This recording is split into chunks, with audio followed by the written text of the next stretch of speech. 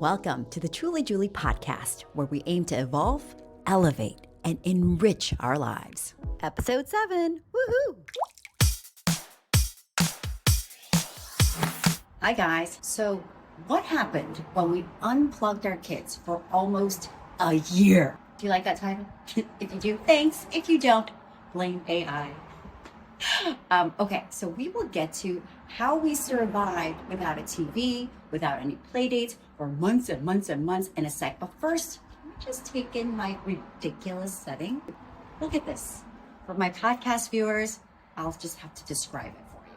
I'm at a fjord with sparkling calm waters behind me and just layers upon layers of majestic mountain here in Norway.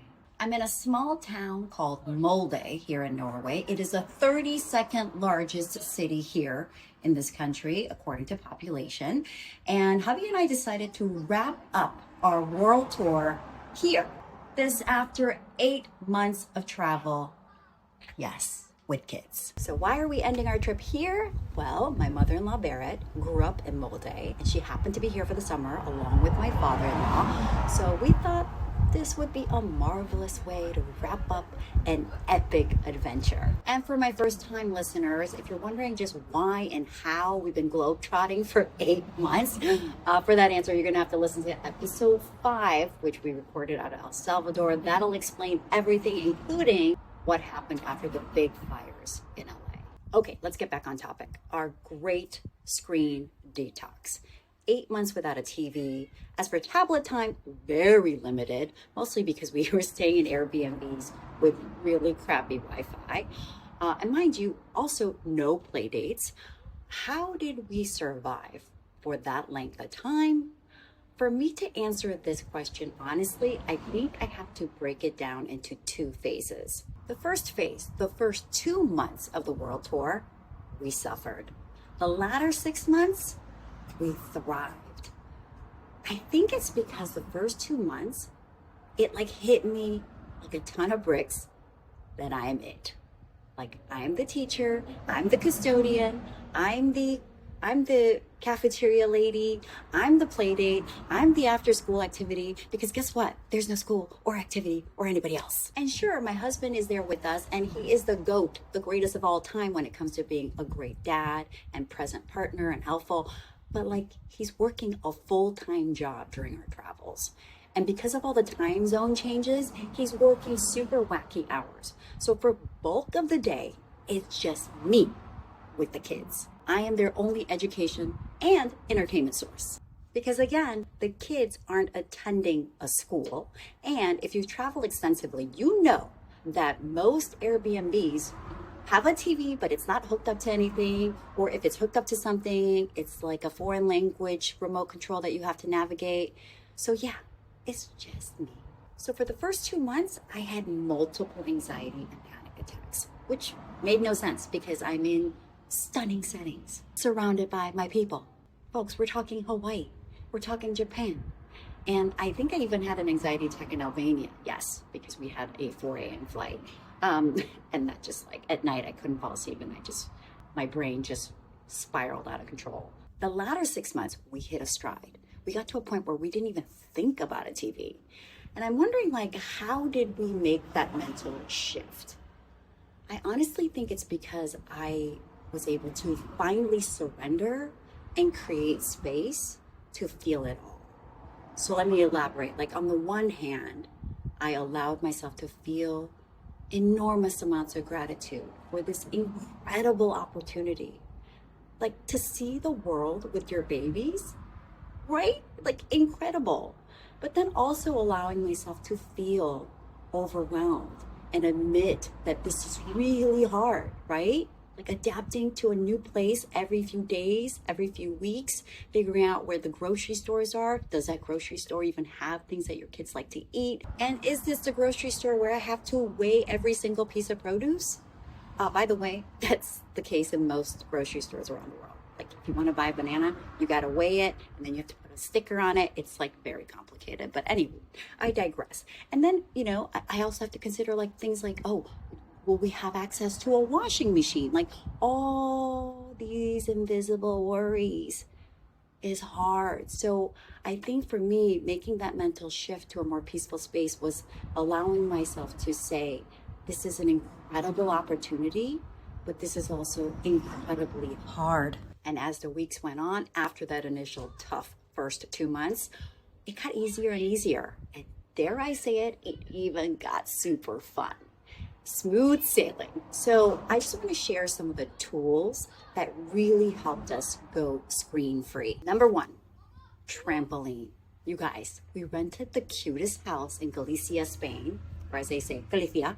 And it came with this like super old trampoline, but it was so fun. I kid you not, we spent a good amount of 2 to 4 hours on that trampoline daily. And it was a total win-win for me and hubby because the house was steps away from Pantene, which is a world famous surf break right there in Pantene, Galicia.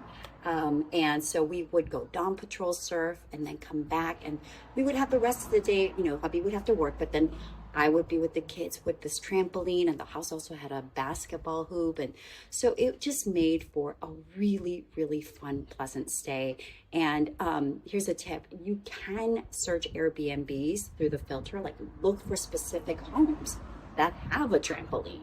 P.S. Here's another really good thing about traveling for such a long time with your partner. You learn new things about them. You thought you knew them, but you really didn't. For example, like I did not know my husband is a super talented trampoline artist. He gets like 30 feet high.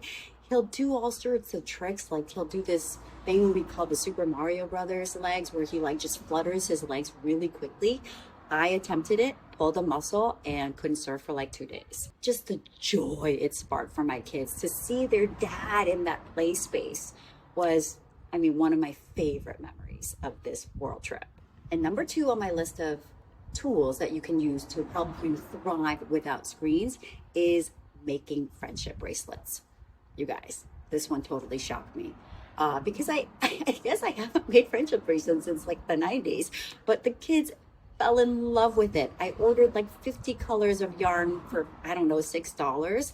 And the best part is the kids can do it at a restaurant. They can do it on a long flight. They can do it on a long drive. Major kudos to my friend Yenny, who helped us discover this passion in Hawaii. She whipped out some yarns, taught kids how to make one. And from that point on, we pumped it out at each country. And then once the kids finished the bracelets, they would make a card, and then we would mail it off to our friends back at home. And it just, I don't know, just made it really special. And number 3, we might as well stay on the topic of creating art, because that's just a slam dunk no matter what. So we were super lucky where my dear friend Kim Hauk and her son came and stayed with us in Guétary, France.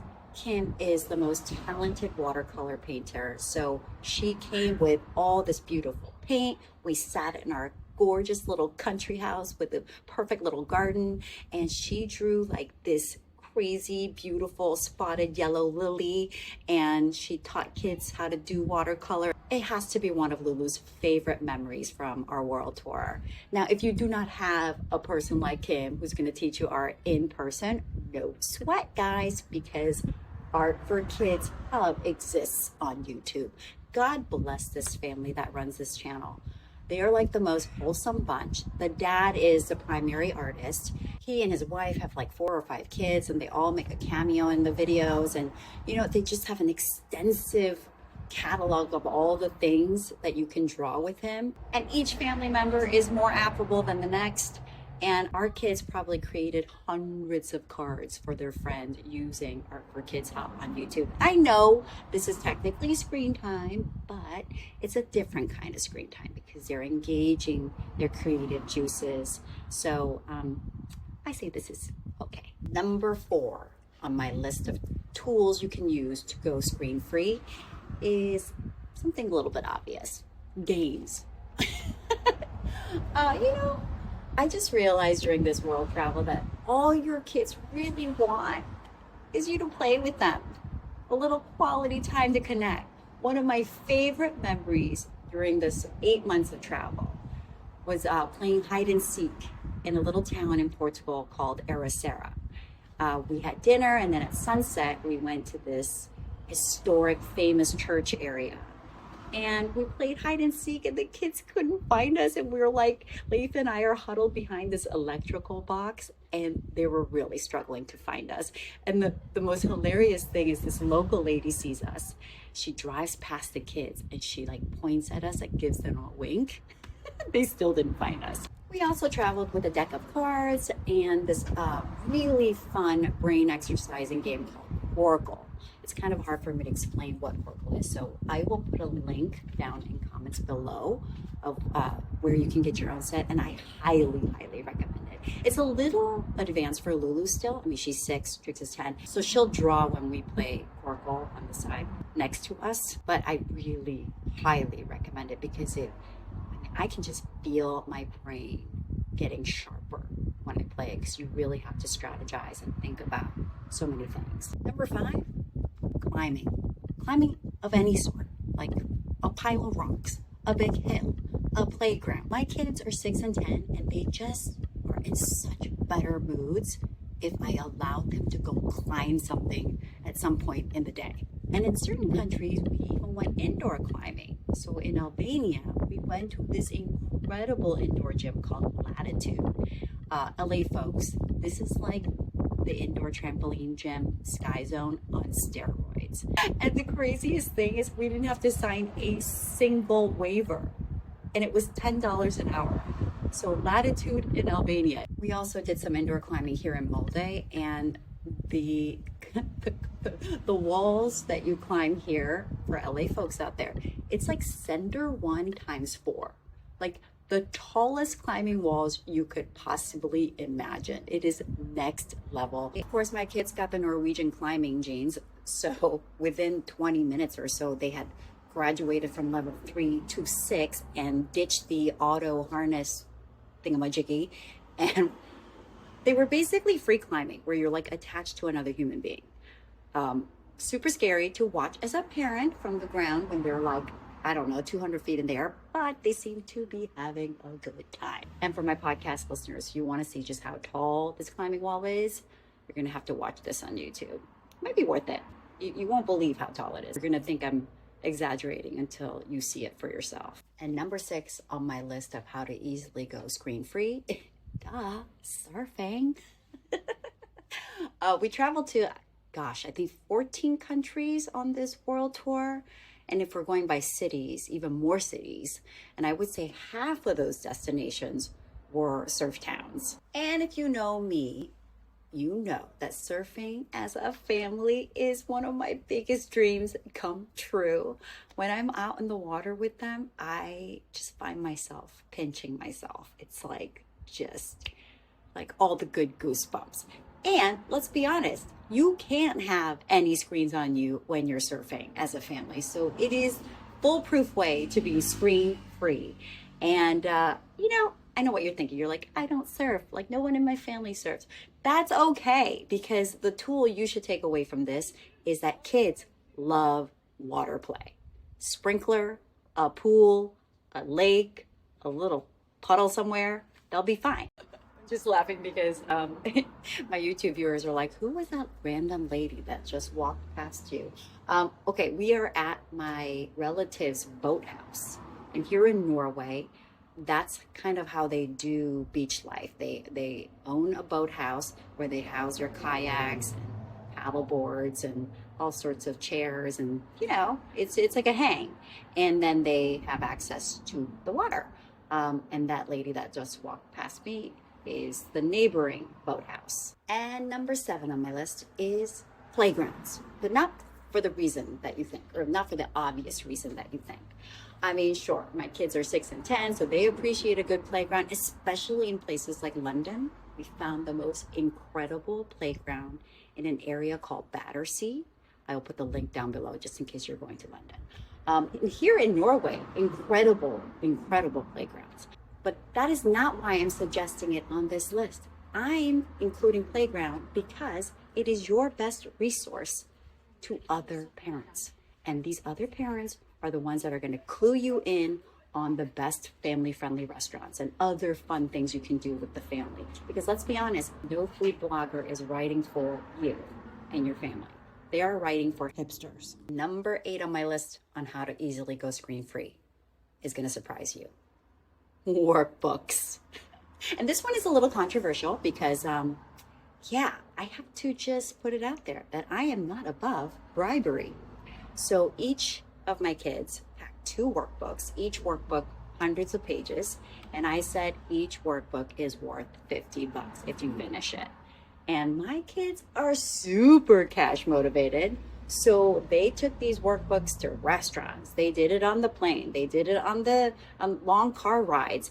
And with 3 weeks till deadline, they're both done with those workbooks, and each of them got $100, and they couldn't be happier about it. And Driggs finished a workbook that's for 5th graders, and he's only in 4th grade. So, and Lulu, 1st grade, she's in kinder. So it just was like a good motivator. And number 9 on my list of tools that you can use to not ever think about a TV again is so old school that it's almost new school: books. Yeah, so the first half of the world trip, we read the One and Only Ivan series. You guys, I cried, I laughed, I loved every single bit of it.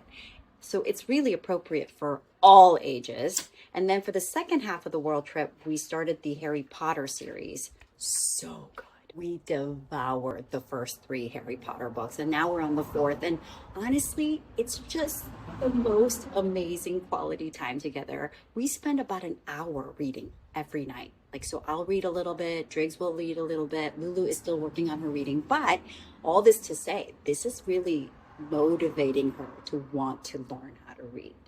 And if you don't want to read yourself, it's okay to do the audiobook. We couldn't get the second book from the library, so we did it as an audiobook, and like that made a 6-hour drive from Spain to France like a snap.